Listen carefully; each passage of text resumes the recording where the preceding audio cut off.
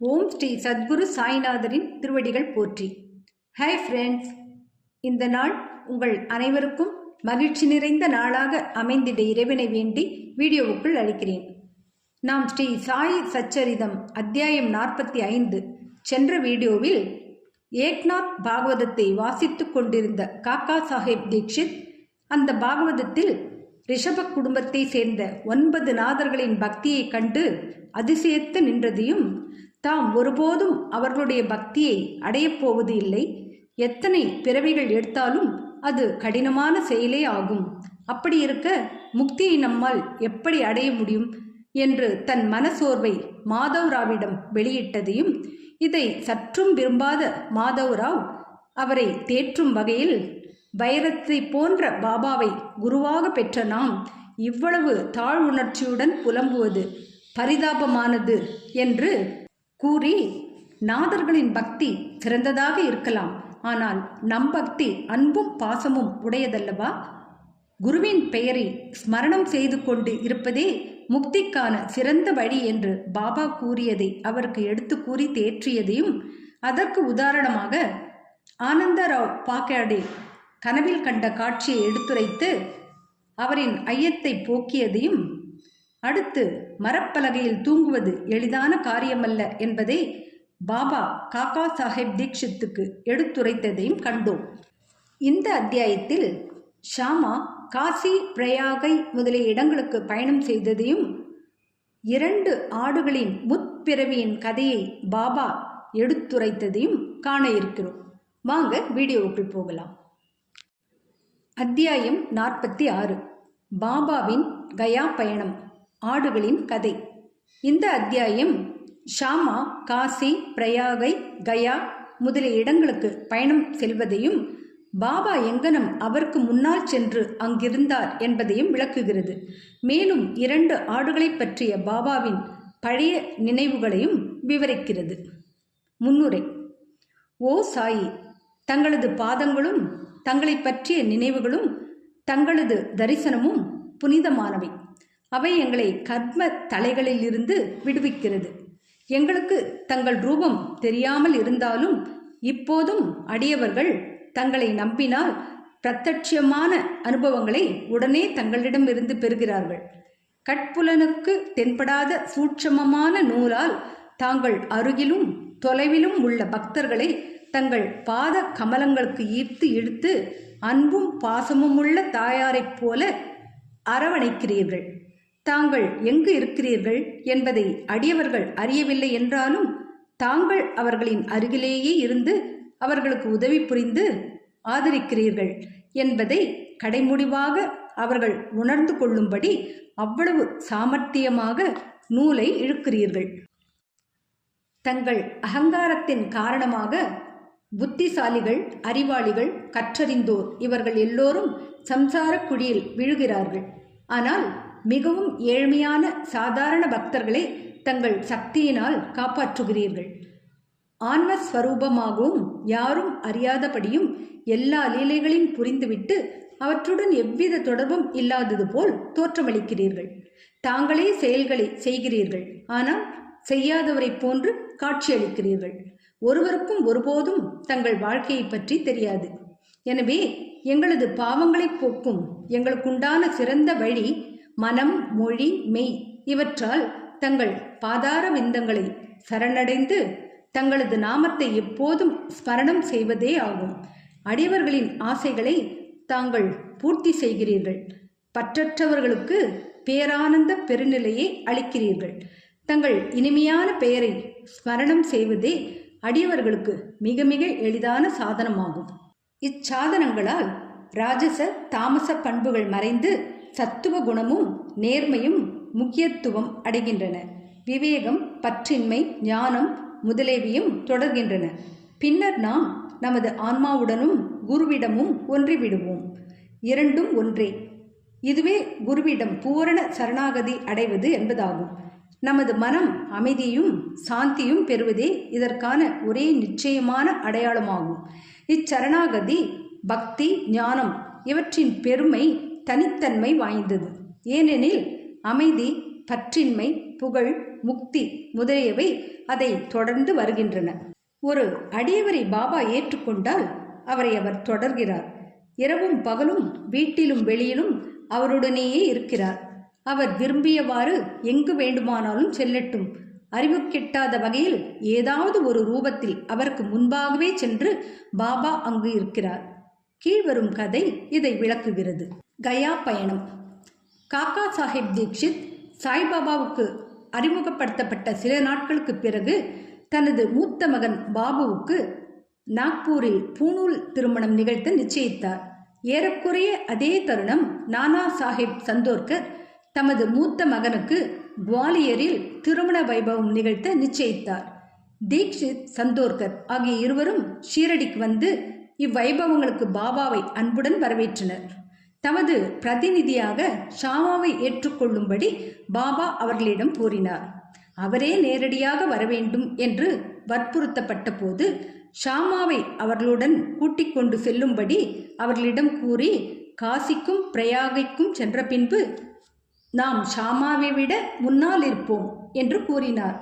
இத்தருணம் பாபாவின் மொழிகளை குறித்து கொள்ளுங்கள், ஏனெனில் அவைகள் அவரின் சர்வ வியாபகத்தை காண்பிக்கின்றன. ஷாமா பாபாவின் அனுமதியை பெற்றுக்கொண்டு இந்த வைபவங்கள், விழாக்கள் ஆகியவற்றுக்காக நாக்பூருக்கும் குவாலியருக்கும் சென்றுவிட்டு பின்னர் காசி, பிரயாகை மற்றும் கயாவுக்கு செல்ல தீர்மானித்தார். ஆபா கோதேவும் அவருடன் செல்வதாக இருந்தார். இருவரும் முதலில் நாக்பூருக்கு பூணூல் விழாவுக்கு சென்றனர். காக்கா சாஹேப் தீக்ஷித் ஷாமாவுக்கு அவரின் செலவுக்காக ரூ. 200 கொடுத்தார். பின்னர் அவர்கள் குவாலியருக்கு திருமண வைபவத்துக்கு சென்றனர். அங்கே நானா சாஹேப் சந்தோர்கர் ஷாமாவுக்கு 100 ரூபாயும் அவரது சம்பந்தியான ஜடார் 100 ரூபாயும் கொடுத்தனர். பின்னர் ஷாமா காசி, அயோத்தி முதலிய இடங்களுக்கு சென்றார். காசியில் ஜடாரின் அழகான லக்ஷ்மி நாராயணர் கோவிலிலும் அயோத்தியில் ராமர் கோவிலிலும் ஜடாரின் மேனேஜரால் நன்கு வரவேற்கப்பட்டார்.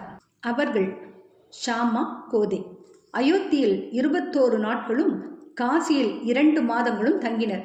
பின்னர் அங்கிருந்து கயாவுக்கு புறப்பட்டனர். கயாவில் பிளேக் பரவியிருக்கிறது என்பதை ரயிலில் அவர்கள் கேள்விப்பட்டு மனக்லேசம் அடைந்தனர்.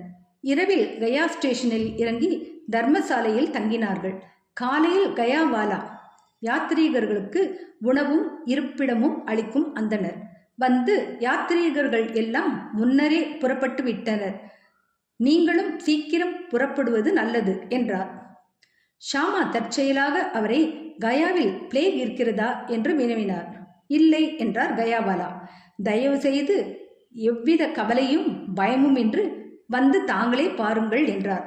பின்னர் அவர்கள் அவருடன் சென்று அவரது இல்லத்தில் தங்கினார்கள்.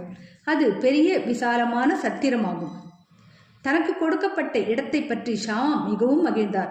ஆனால் கட்டிடத்தின் முற்பகுதியில் நடுவே மாட்டப்பட்டிருந்த பாபாவின் பெரிய அழகான சாயி படமே அவரை மிகுந்த மகிழ்ச்சியில் ஆழ்த்தியது. இப்படத்தை பார்த்ததும் ஷாமாவுக்கு உணர்ச்சி பொங்கியது. அவர் காசிக்கும் பிரயாகைக்கும் சென்ற பிறகு ஷாமாவுக்கு முன்னதாகவே தாம் அங்கிருப்போம் என்ற பாபாவின் மொழிகளை நினைவு கூர்ந்தார். கண்களில் கண்ணீர் பொங்கியது. மயிர்கூச்செறிந்து தொண்டை அடைத்து தேம்பி அழத் தொடங்கினார். அங்கு பிளேக் இருப்பது குறித்து பயந்து அதனால் அவர் அழுகிறார் என கயாவாலா நினைத்தார். ஆனால் ஷாமா பாபாவின் படத்தை எங்கிருந்து எப்போது அவர் பெற்றார் என்று விசாரித்தார். கயாவுக்கு வரும் யாத்ரீகர்களின் வசதிகளை கவனித்துக் கொள்வதற்காக அவருக்கு 200 அல்லது 300 ஏஜென்ட்டுகள் மன்மாடிலும் புன்தாம்பேயிலும் வேலை செய்வதாகவும் அவர்களிடமிருந்து பாபாவின் புகழை கேள்விப்பட்டதாகவும் கூறினார். பின்னர் ஏறக்குறைய 12 ஆண்டுகளுக்கு முன்னர் அவர் ஷீரடிக்கு சென்று பாபாவின் தரிசனத்தை பெற்றார். அங்கு ஷாமாவின் வீட்டில் தொங்கவிடப்பட்டிருந்த பாபாவின் படத்தை பாபாவின் அனுமதி பெற்று ஷாமா அவருக்கு கொடுத்தார். இது அதே படம்தான்.